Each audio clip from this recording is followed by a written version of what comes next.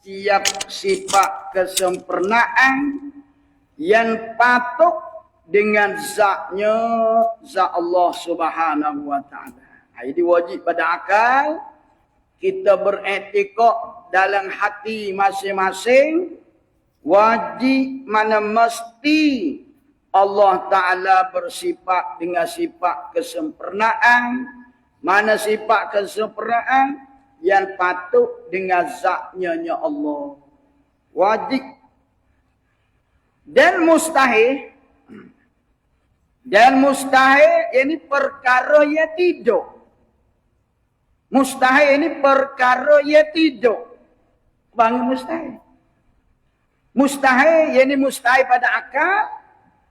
Perkara yang tidak sekali-kali atas Allah.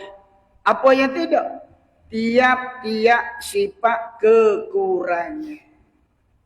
Apa saja kekurangan, kita kena iktikad dalam hati.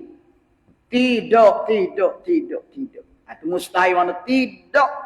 Allah Ta'ala tidak bersifat dengan kekurangan. Maka setengah daripada sifat kesempurnaan itu 13 sifat.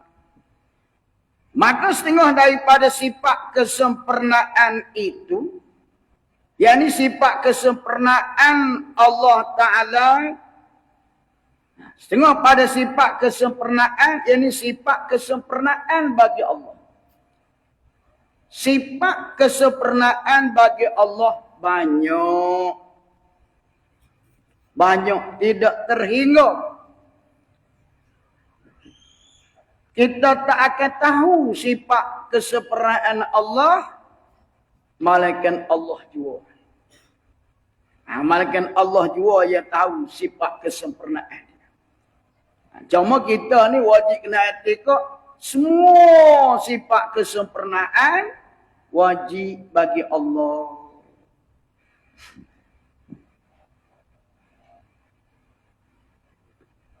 Maka setengah daripada sifat kesempurnaan itu 13 sifat. 13. Jadi 13 sifat ini mengikut kaul, mengikut pandangan yang kuat, pendapat ulama, yakni kaul yang lebih kuat, sifat Allah yang wajib kita ketahui. Jangan kata sifat Allah ni 13.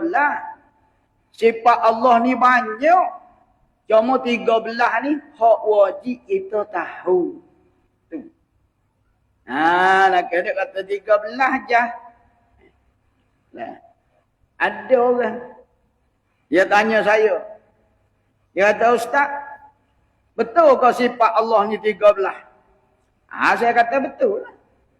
Enggak ada dalam kitab. Halo, dia kata sikitnya sifat Tuhan. Sikitnya 13. Sifat Allah ni banyak, tidak terhingga. Cuma 13 tu hak wajib kita tahu. Hak selebihnya kita percaya semua hak Tuhan berlaku. Saya jawab ke dia. Awak berasa sikit 13. Awak mengaji 13 tu faham ke tak? Duk. 13 tak faham dah. Kalau banyak, lagi tak faham. Mujurnya kata wajib 13. Orang. Mujur ulama kata wajib 13. Kalau ulama kata wajib 1000, pening kepala lah kita. Pening kepala gila lah kita. 13 pun tak faham-faham. Jadi, 13 ni mengikut kaum mana pendapat ulama yang lebih kuat. Dia kata 13 cukup dah. Memada dah. Itu kaum yang kuat. Ada pun pendapat kaul yang masyhur, yang sahih. Hak glamour sikit. Ada pun pendapat anil kaul yang masyhur, 20 sifat. Jadi 20 dengan 13 tu lain-lain tu. Ya, kalau kita faham sama je. Ya. Jadi pendapat yang masyhur wajib kita kena tahu 20 sifat. Pendapat yang lebih kuat cukup dah 13 padan dah. Jadi puluh-puluh kita belajar dan 13 pun kita belajar, 20 pun kita belajar. Baik. Ini pendapat yang kuat 13. Mana kalau kita betul-betul faham 13 ni cukup dah. Cukup dah. Dari sudut kewajipan kita mengetahui. Bukan sifat Tuhan ni sekat 13 tu. Sifat Tuhan ni tidak terhingga. Wajib atas tiap-tiap mukallaf. Orang yang sudah akil balik. Kita semua ni lah. Wajib atas tiap-tiap mukallaf mengetahui kan dia kan 13. Wajib tahu. Tak ingat tak apa. Tak berdosa kita tak ingat. Berdosanya tak tahu. Tak ingat tak apa. Tak ingat tak berdosa. Berdosanya tak tahu. Tak ingat. Nah, beza tak mana tak tahu dengan tak ingat. Apa tahu? Nah, tak tahu tak ingat beza macam mana. Nah, tak ingat ni gini contoh. Orang tanya dah. Beza dengan tak ingat lah dengan tahu. Tahu 13 cukup. Tak ingat tak apa, tak ingat 13 pun. Beza tak ingat dengan tahu. Orang tanya kita. Buat misalnya. Dia kata, saudara.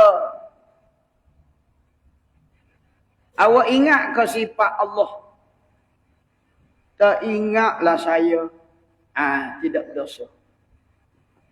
Tidak berdosa tak ingat. Dia tidak wajib ingat. Hukum agama ni wajib tahu. Wajib tahu. Tak ingat. Alah 13 pun tak ingat. Tak ingat. Baik. Awak tak ingat ya. Cuma saya nak tanya awak. Wujud tu sifat Allah ke tidak? Maka dia jawab. Wujud. Itu sifat Allah. Atau orang panggil tahu. Suruh bilang tak ingat. Tak orang tanya wujud. Ya. Kidam. Ya. Baka. Ya. Bila tak ingat. Tak apa. Wajib tahu. Bukan wajib ingat. Kalau orang tanya Allah Ta'ala mendengar. Ya. Allah Ta'ala melihat. Ya. Itu dia panggil tahu. Tak ingat tak apa. Jadi kalau kita tanya, Allah Ta'ala mendengar ke? Tak tahulah saya. Berdosa lah jawab dia. Tak ingat tak apa. Ingat ni satu anugerah Allah Ta'ala. Orang apa Quran bukan semua ingat. Orang ingat tu orang yang beruntung. Anugerah Allah beringat. Jadi kita wajib batu. Kitab dia sebut. Wajib ketahui. Dia tak kata wajib ingat. Wajib tahu. Tak ingat tak apa asal kita tahu. Betul? Kita tahu.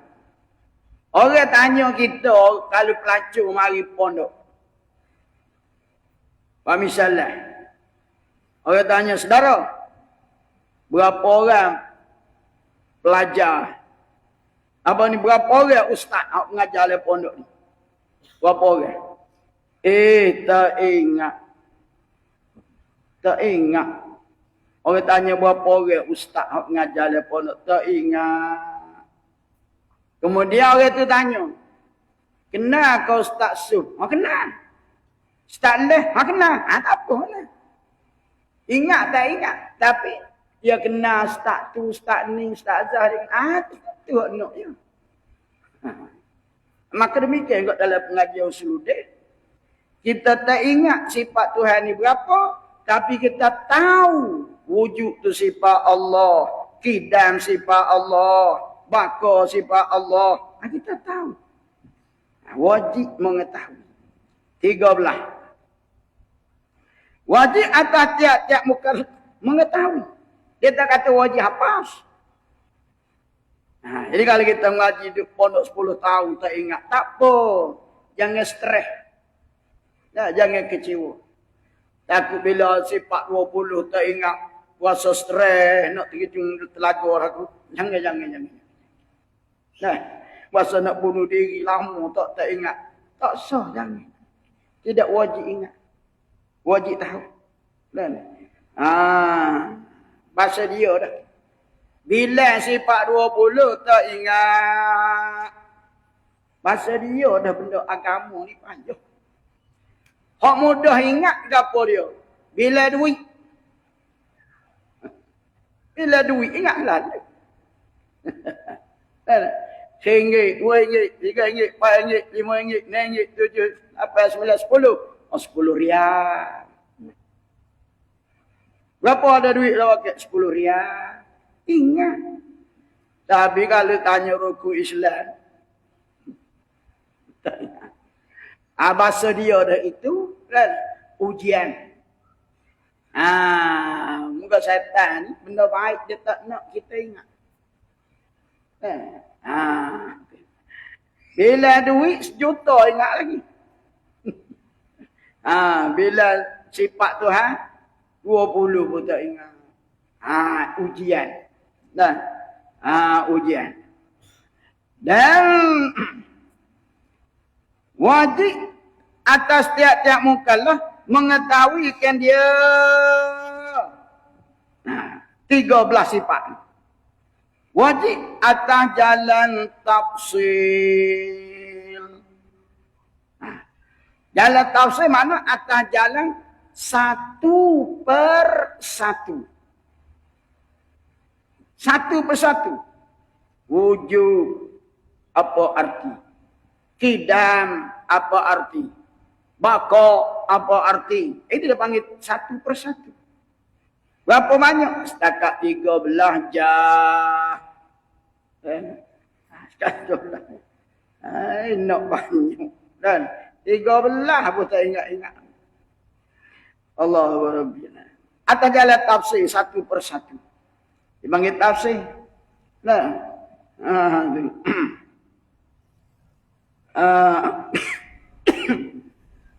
Dengan makna jika ditanyakan dia kan mukallaf.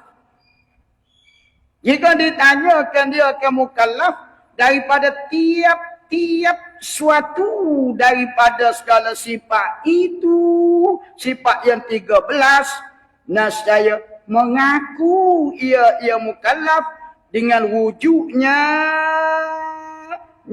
sifat yang 13, wujud bagi Allah Subhanahu wa taala. Orang tanya wujud, ya itu sifat Allah. Kidam, ya sifat Allah. Baka, ya sifat Allah. Qudrat sifat Allah. Iradat sifat Allah. Beres. Beres. So bila tak ingat. So bila tak ingat. Suruh makan, ingat. Ingat, mana boleh tak ingat. Ini lumrah dah bahasa dia dah. Jangan stres, jangan kecewa, jangan sedih. Jangan sedih. Tak ingat, jangan sedih.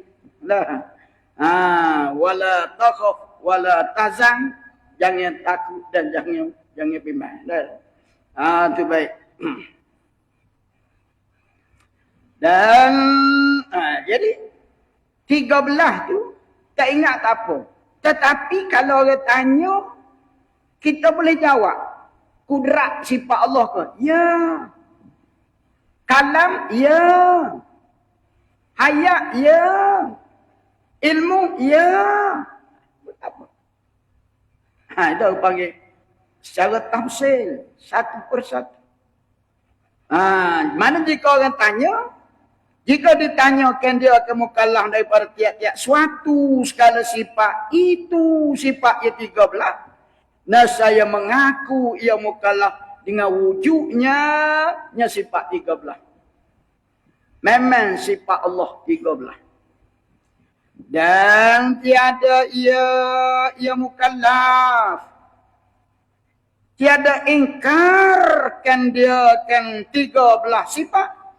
Tiada ingkar sekali-kali. Mana 13 sifat tu tak ada satu pun yang dia ingkar, yang dia tak percaya. Kalau ada satu yang tak percaya, maka kufurlah itu. Mana dia 13? Pertama daripada sifat yang 13 itu wujud. Wujud. Artinya wujud ada. Ada apa? Ada zat Allah. Ada zat Allah. Zat Allah ni ada. Jangan kata tak ada. Yaitu wujud. Dia panggil ada ni, ada yang zati. Ada sungguh. Zat Allah ni ada yang zati, ada sungguh. Ada pun lain daripada zat Allah. Ada juga, tapi bukan zati. Ada hanya sementara. Boleh ada, boleh tiada. Ada pun zat Allah, ada zati, ada sungguh. Yaitu wujud. Perkara yang diiktibarkan dia akan perkara pada zat Tuhan subhanahu wa ta'ala. Jadi iktibar pada zat Tuhan. Tuhan mana subhanahu wa ta'ala, mana Allah subhanahu wa ta'ala, bersifat dengan wujud. Dan dimulahazahkan dia akan perkara. Perkara tu wujudlah. Mulahazah ni mana? Diperhati. Diperhatikan dia akan perkara. Diperhati padanya Allah. Dimulahazah. Nak tengok tak nampak. Nama ke Allah ada mana? Tak nampak pun. Silap.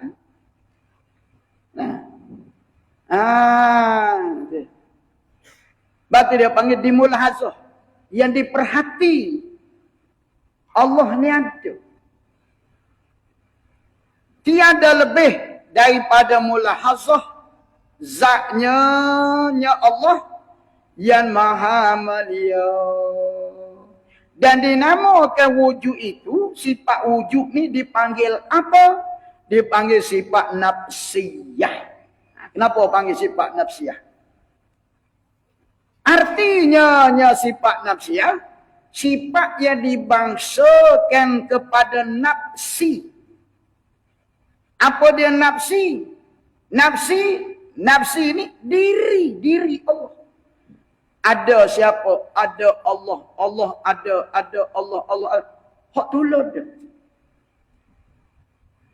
Tulad dia. Ada Allah. Allah ngada tu. Hak tulad tu. Tidak kata ada lain, Allah lain. Ada Allah. Hak sifat yang sama. Dia panggil nafsiyah. Yang dibahasa pada diri. Mana? Yakni dengan makna zat. Kerana tidak lebih ia wujud daripada zat. Maksudnya wujud dengan zat tu hak tulung. Kalau berkata wujud mesti Allah. Kalau kata Allah mesti wujud. Hak tulung dah. Hak tu lah. Dia kata nafsiyah yang dibasuh pada diri. Wujud ni sifat nafsiyah yang dibasuh pada diri. Diri siapa? Diri Allah. Zat Allah. Ada Allah. Ada siapa? Allah, Allah ada Allah, Allah ada. Hak tu lah. Mustahil lawannya wujud. Lawan ada. Lawan ada Adam. Adam artinya ada ketiadaan ada, yakni ketiadaan ada Tuhan mustahil. Kalau kata Tuhan ni tak ada, kita kena jawabkan. Orang cakap, Saleh, Allah ni tak ada lah. Apa jawapan kita? Wajib kita jawab mustahil. Apa makna mustahil? Perkara yang akal tidak boleh percaya akan tiadanya. Kalau akal percayanya, wajib mesti ada. Jadi kita yakinlah bagi kita umat Islam, Allah Ta'ala ni ada. Kalau ada, duduk mana? Kadang-kadang timbul kat persoalan. Ada orang tanya. Allah ada? Ya. Tapi kalau ada, duduk di mana? Di mana Allah duduk? Nah, setiap benda yang ada, sewajarnya mesti ada kat mana-mana. Kita kena jawab, Allah Ta'ala tidak bertempat di mana-mana. Allah tidak berhajat pada tempat untuk duduk. Tak berhajat pada tempat untuk menumpang. Allah tak perlu pada tempat. Dia tidak perlu pada tempat. Jadi Allah Ta'ala kita tak boleh nak kata Allah duduk dalam langit ke, duduk dalam laut ke, duduk tak boleh. Sebab Allah tak berhajat kepada tempat duduk. Itu tak wajib. Kalau Allah duduk atas langit. Misal kita kata kalau Allah duduk di atas arash. Misalnya. Itu ada tarah. Baik. Sebelum Allah jadi arah tu ada kat mana? Duduk tak mana? Sebelum ada dia buat arah. Arah ni hak tu yang jadi. Allah jadi arah. Sebelum dia jadi, arah tak ada. Kalau tu ada tak arah, tu ada kat mana sebelum dia buat arah? Tak langit. Sebelum buat langit, dia duduk tak mana? Maka itulah dalil Allah tidak berhajat kepada tempat. Dia tak berhajat pada tempat. Mana mungkin ada tak berhajat pada tempat. Tak boleh terima dia akal dia kata. Baik dia tanya dia. Awak percaya ke tak? Dalam tubuh awak tak ada nyawa. Percaya ke tak? Percaya tak ada nyawa matilah saya. Baik. Awak percaya nyawa ada? Ya. Kalau tak ada nyawa mati? Baik. Tak mana nyawa duduk? Di kepala ke? Di tangan ke? Di perut ke? Di kaki ke? Duduk tak mana? Nyawa duduk tak mana?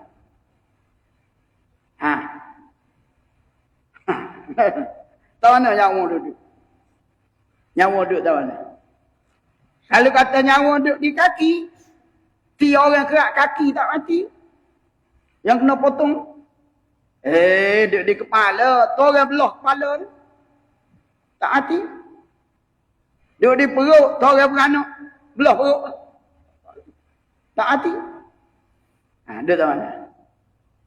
Duduk di jari ke? Duduk di telinga ke? Tak tahu. Jadi kalau nyawa yang sekerdil itu kita tak tahu duduk. Jangan tanya di mana Allah duduk. Nyawa duduk dalam tubuh kita. Besar mana sangat tubuh kita.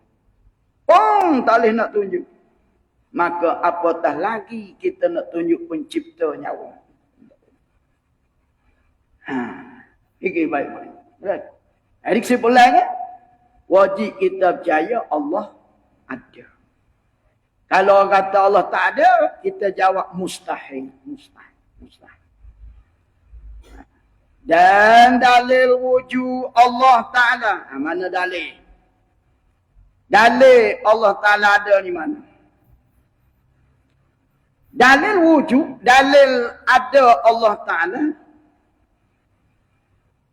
Segala makhluk ini. Mana makhluk? Daripada segala langit. Dalil. Dan bumi. Langit, bumi. Nah, kalau kita sebut makhluk, umum. Alam, umum. Kalau kita sebut langit, boleh. Tapi takut orang tanya pula. Mana dalil Allah ada? Langit. Orang tanya, bumi. Bumi pun ya juga. Bukit. Jadi banyak cerita. Jadi cara mudahnya, mana dalil Allah ada? Alam ini ataupun makhluk ini. Lengkap.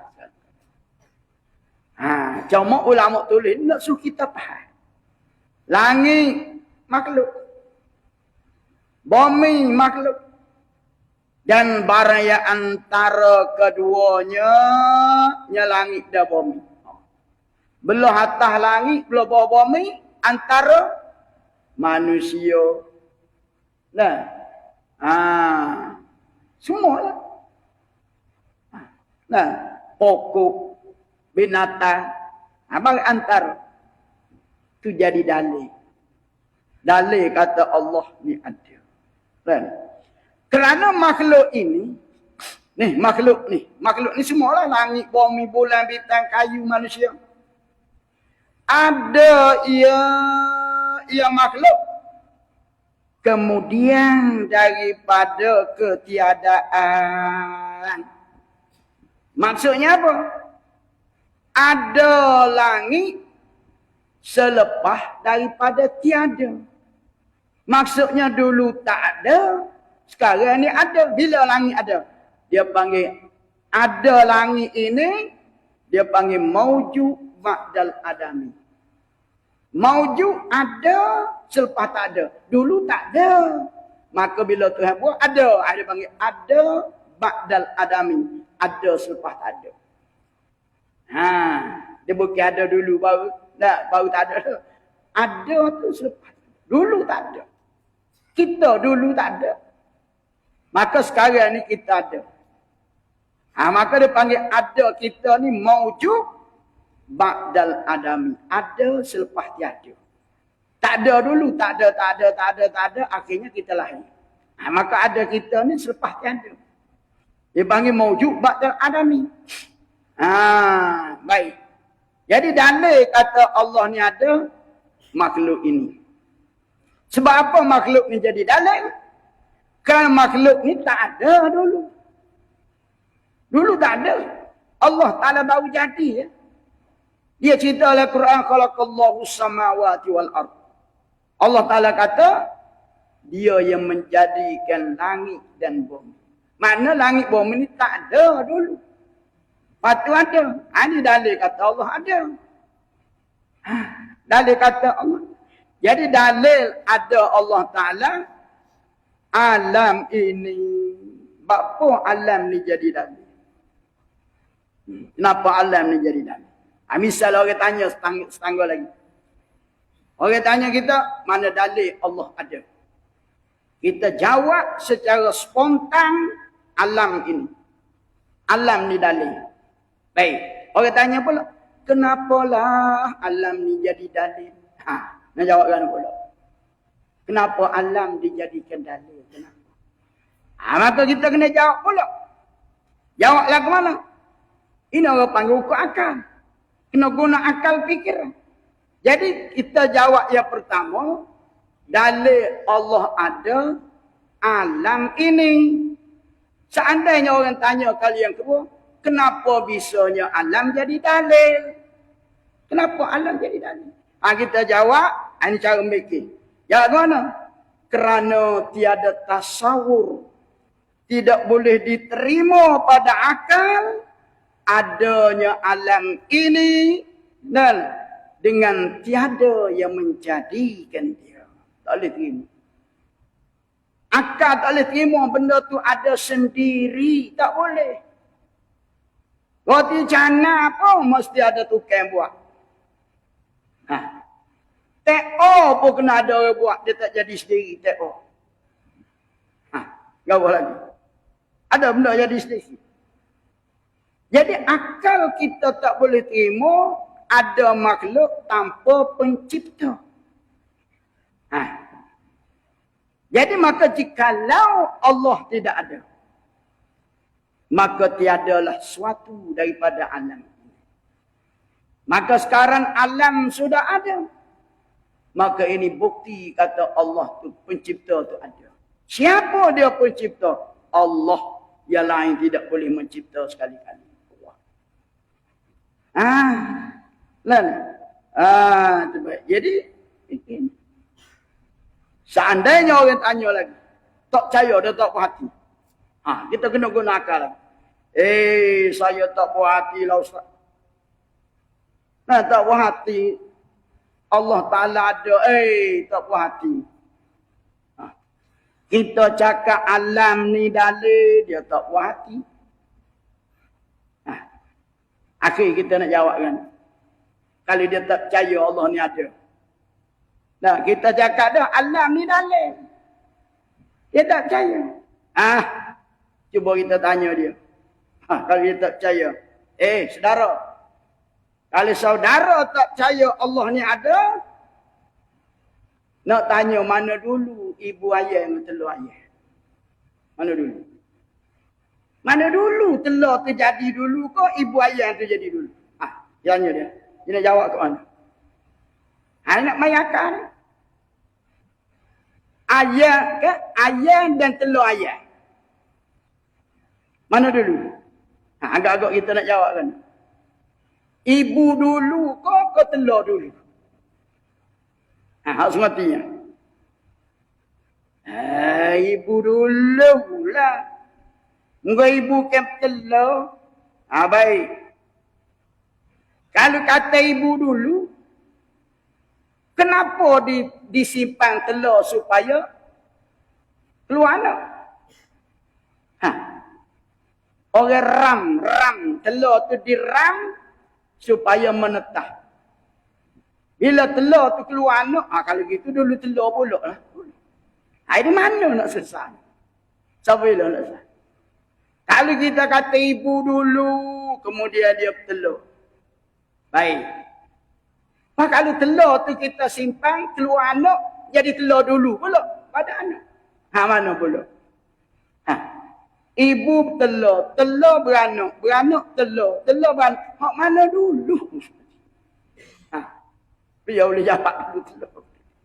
Mana dulu? Telur dengan ibu. Ibu ayah dengan telur ayah mana dulu? Kalau kita kata ibu dulu, kenapa kita simpan telur untuk keluar anak?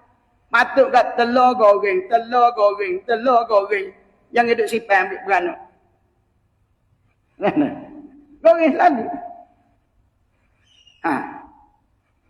Jadi kalau ibu telur, dulu ibu, pas telur keluar anak, jadi dulu telur pula. Mana dulu? Boleh awak kata. Maka oleh kerana kita tak tahu ibu dulu ke ataupun telur dulu. Ibu dulu bertelur, telur menetas, keluar anak, anak jadi ibu, telur pula. Telur menetas, keluar anak, anak jadi ibu, telur pula. Mana dulu? Tak tahu. Maka oleh kerana tak tahu mana dulu telur dengan ibu, inilah dalil Allah ada.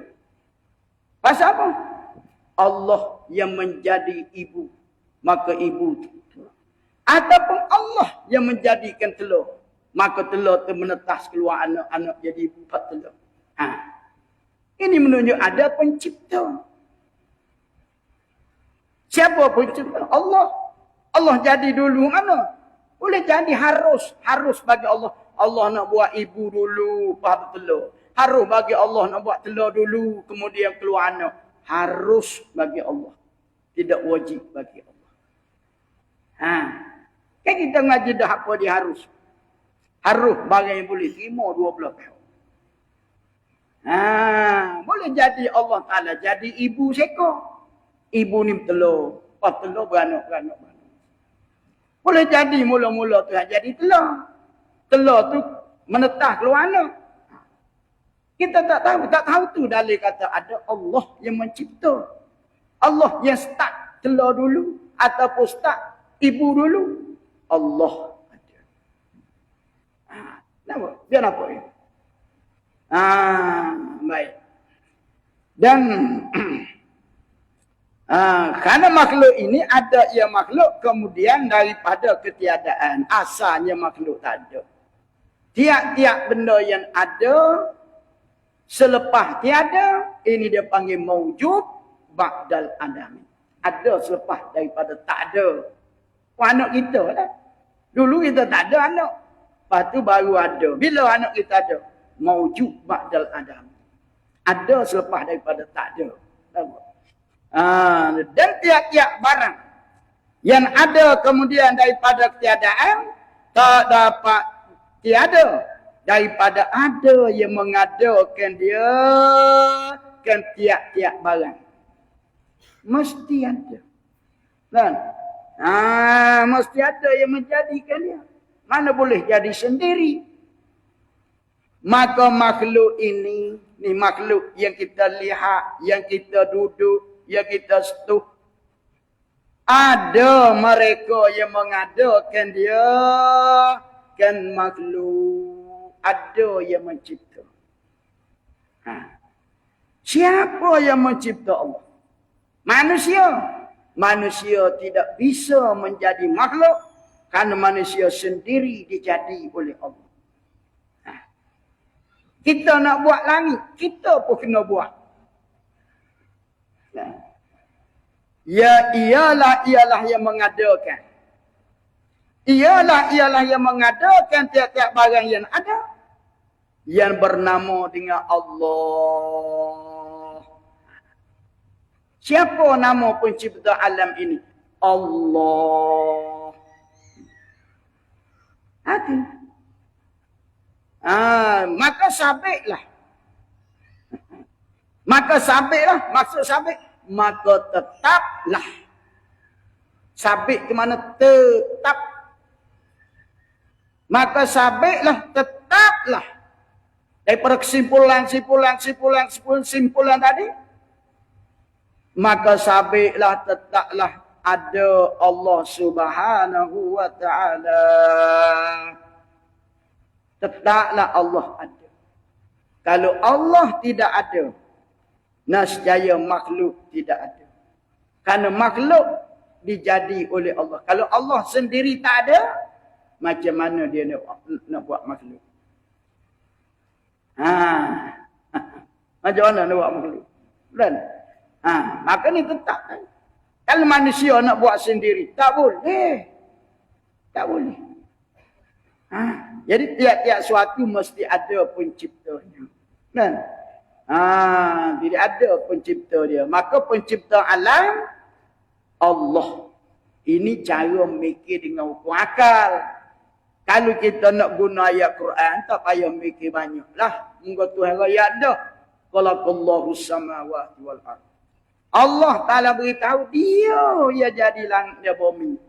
Maka kita amantu billah. Percayalah pada Allah. Tak payah soal sendiri.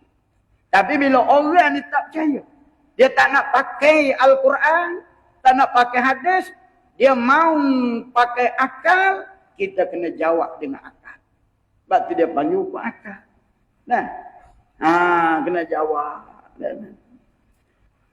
Kemudian yang kedua, kidan wallahu alam subhanaka la ilma lana illa ma. Wala hawla wala quwwata illa billah.